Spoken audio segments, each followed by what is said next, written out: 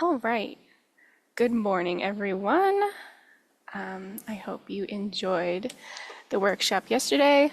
In this session, it's gonna be pretty laid back, just to look at this video series that we're pretty proud of, and we're interested in showing it off for you, and hopefully letting you know how you can use it in your curriculum. And this particular video series is only available in Voces for Mundo 1 through 3. So that's the title that we're talking about this morning. But as we mentioned in previous sessions yesterday, when you buy a Voces subscription, you get access to every title. So if you're using a different Spanish title as your main curriculum, you can come and jump into Spanish Playground, or jump into Voces por el Mundo and use these Spanish Playground videos. So to get started, this is what we're going to talk about today. Where you're going to find these videos in the curriculum, when you might want to use them, and then I'm going to talk a little bit about the different tools and functions of videos when you're using the Voces platform. Now, if anyone wants to chime in and chat, maybe just let me know. But you may be already familiar with Spanish Playground. They have a very popular YouTube channel where they make the different, they're basically very high quality and very comprehensible skits designed for language learners. And we are going to take the time to watch one of them, just so you get an idea, if you're unfamiliar, of what these videos are all about. Let me make the slideshow actually big so you can see it better than just in the edit feature. Okay. So when you open your title, where are these videos? Well, you see it'll be the very first drop-down menu. And in these two chapters, you'll see we have, you know what, I don't have a very good Spanish accent. I am more of a French speaker myself, so you'll forgive me for that, hopefully.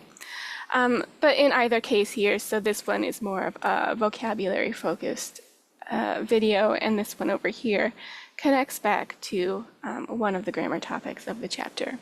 So it just really depends, but you're going to get one of those per chapter to use when you're introducing the vocabulary and grammar. So now I just wanted to show you one of the videos so you can get an idea of what it looks like, you know, what activities it comes with. So let's take a look. I'm in Voces por el Mundo 2 in chapter 6. I just kind of picked a random one. And it varies by video, but there'll always be some pre-reading questions. And then the video with context in English so that students know what's about to happen. There will be some post-reading questions as well. And all videos come with closed captions if you choose. If you decide to, you know, project the video and you don't think your students, you know, for whatever reason you don't want your students to use captions, you can control that as well. But let me just, it's a pretty short one, so I think we have time to watch the whole thing. So let's just take a look.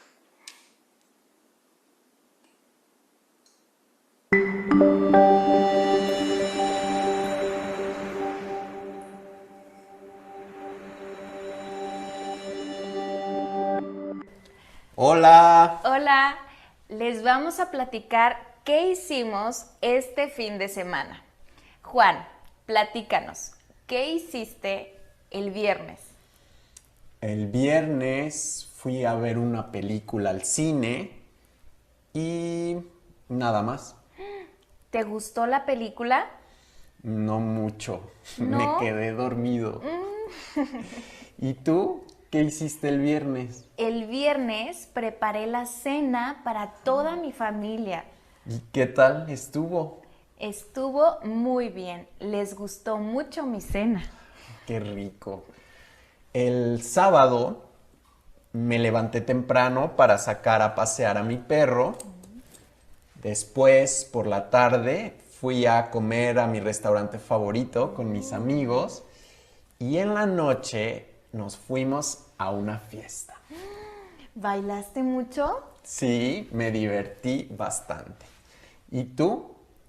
¿Qué hiciste el sábado? El sábado por la mañana tuve mi cita para cortarme el pelo. Por la tarde fui al supermercado a comprar comida. Y por la noche fui a festejar el cumpleaños de mi mejor amiga Sofía.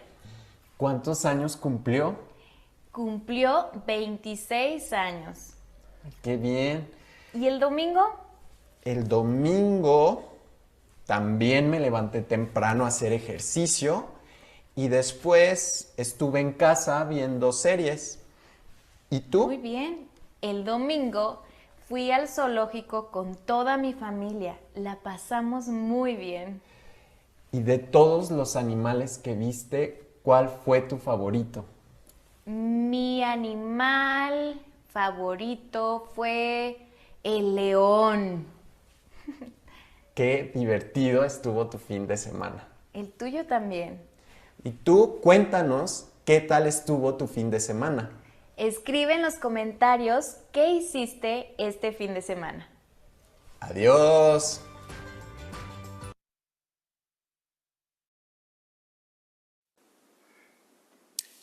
All right, so that was one of the videos. And one wonderful thing about this video series, I mentioned before that they are, they do have their own YouTube channel where they make their own content. We worked directly with the creators of Spanish Playground to make these videos so that they line up in vocabulary and grammar and level with each chapter and theme. So they are very closely aligned with what students are already learning in the rest of the chapter. And just to answer a question for a few people who may have come in a little bit late. So these videos are available in Voces por el Mundo 1 through 3. Right now we're looking at the menu for Voces por el Mundo 2. And so when you open any chapter, it'll be the very first drop-down menu. And there'll be one video to watch per chapter that usually connects very closely with one of these introduction pages at the beginning. So let me go back to my presentation. Okay, so I have a few ideas for when you might want to use these. And it really just depends on you and your class, what you think works best for them. So with those introductory pages, to switch up your classroom routine a little bit, you might choose to show the video first thing and get students to, make guesses about, what certain vocabulary, or like write down what they hear first and then jump into the regular page. Or you can use it as a supplement. So you go over the main page and vocabulary or grammar presentation as you normally would, and then if needed, you can add in these videos to build on that, onto that understanding. Videos, as some of you may already know and use quite frequently, can be used as substitute plans. So say you've already gone over the concept with your students, but you have to be out of the classroom for whatever reason. You could assign this page to be done in class with a substitute, and then you could go on to, for example, so here's the video we just watched. If we go down just to the next section, we can maybe assign a few of those preterite activities to do in class as well as your subplan. So it could be something you use regularly with the main topics, or you know, a subplan or something. And to answer Joyce's question in the chat, these are the same actors in every video. I don't think there is much of a plot continuation across the videos. They're a little bit, they do stand alone a bit. So whatever Pamela said in this video here, she might not agree with in a different video, which you know, you could ask your students to watch out for their inconsistencies, which could be a fun little game in itself. And as I mentioned before, if you are not planning on using Voces por el Mundo 1 through 3, but you're planning on using one of our other Spanish titles, you can always jump in and you know, you can jump into any other title. You can move pages to the title that you're using as your main and show those whenever you feel is necessary. And yeah, I just have a few screenshots. So again, what are you going to pair this with? So if we have an informal mandates video, then you're going to want to use that main grammar page. We do have presentations that go along with all of them, and then either in class or as homework, those corresponding activities that students can complete. And I think I'd like to show you one of the presentations that are in that same section. So let's just take a look at this one. It might take a second to load. It always loads much slower on Zoom. It'll be, you know, much more seamless in your classroom, I'm sure. So, you know, a brief review of how the verb endings work. And then you get some conversations in context of how a particular topic would play out in real life. With some prompts for students to practice on their own. So you can definitely spread out the one topic over several days with, with the materials that we have available for you. And then I wanted to give you guys a couple of tools that you can use when it comes to watching or using videos with Voces in general. And to talk about Patrick's comment in the chat, if I have a little bit of time at the end, I can certainly let you know how to move pages, but we'll come back to that in a little bit. So there are a few things you can do with videos that might help you and your students. You can slow down the speed. There are closed captions. We have an interactive video activity function that you can use. And there's also 2 ways that you can watch videos on our site. So that's with the Vimeo tool versus videos that we have uploaded ourselves on our own video player. So I will go back to the video and show you what all that means.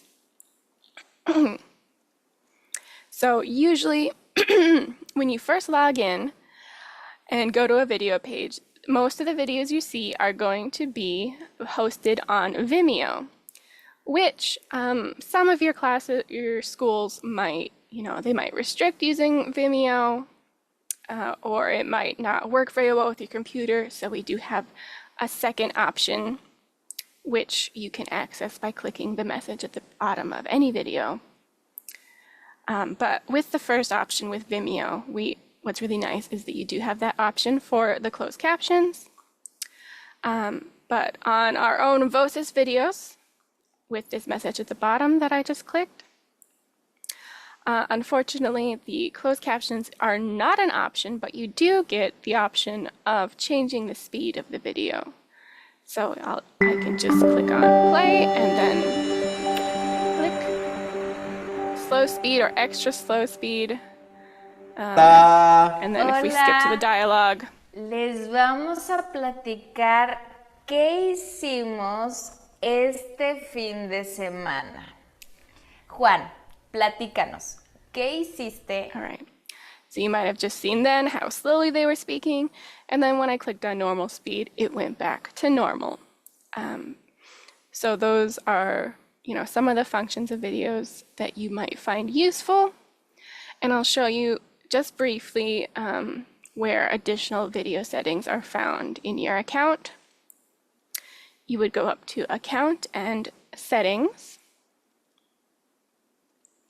And then we scroll down to Video Options here. And you can, for example, for you and your students, if Vimeo, for whatever reason, does not work for your classroom, you can set it so that the videos always play from that version that we were just looking at. Never play from Vimeo. And this is just, for schools whose Wi-Fi is restricted from using certain websites. And then there are a few additional settings. For example, if you didn't like the slowing video option, you can also turn that off. And then you would hit save. So there is that. And then briefly, I would like to show you how the interactive video activity works. So in Voces for Mundo, we don't have any of these activities pre-created for you, but it is a tool you can find in the page editor, which kind of goes to tomorrow. David and I will be talking a little bit more about the editor in general. So if you are very interested in editing pages, I definitely would not miss that. But I'm just going to very quickly jump to editing the page.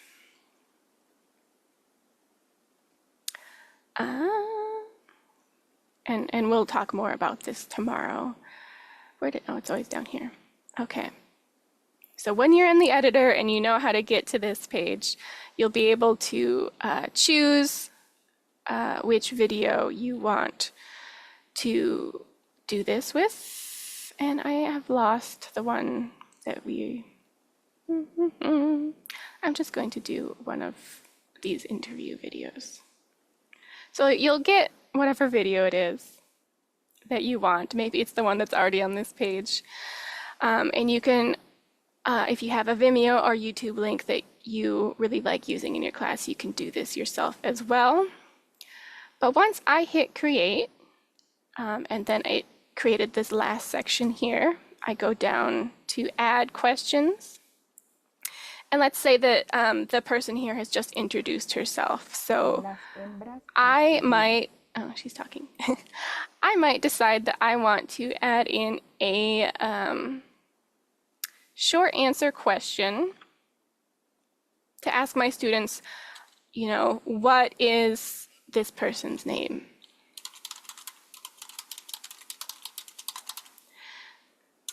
And you'll see that wherever I have watched it, it will pop up here. So what time, the exact time this question is going to appear for students. So that'll be at 17 seconds. And then you can type in your answer key as well. So we've added that. I'll go ahead and give it a save. And you have to hit save a couple times.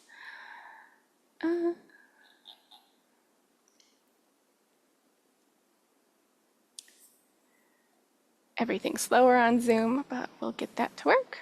Okay. The page will refresh automatically, and then I will come back down. Here she is, Marielle, and let's see how that works. Mi animal favorito es el elefante, porque es grande, fuerte y al mismo tiempo muy delicado e inteligente. También me gusta este animal porque en los grupos son las hembras las que guían. Now, she didn't actually introduce herself. A more appropriate question would have been, what is her favorite animal?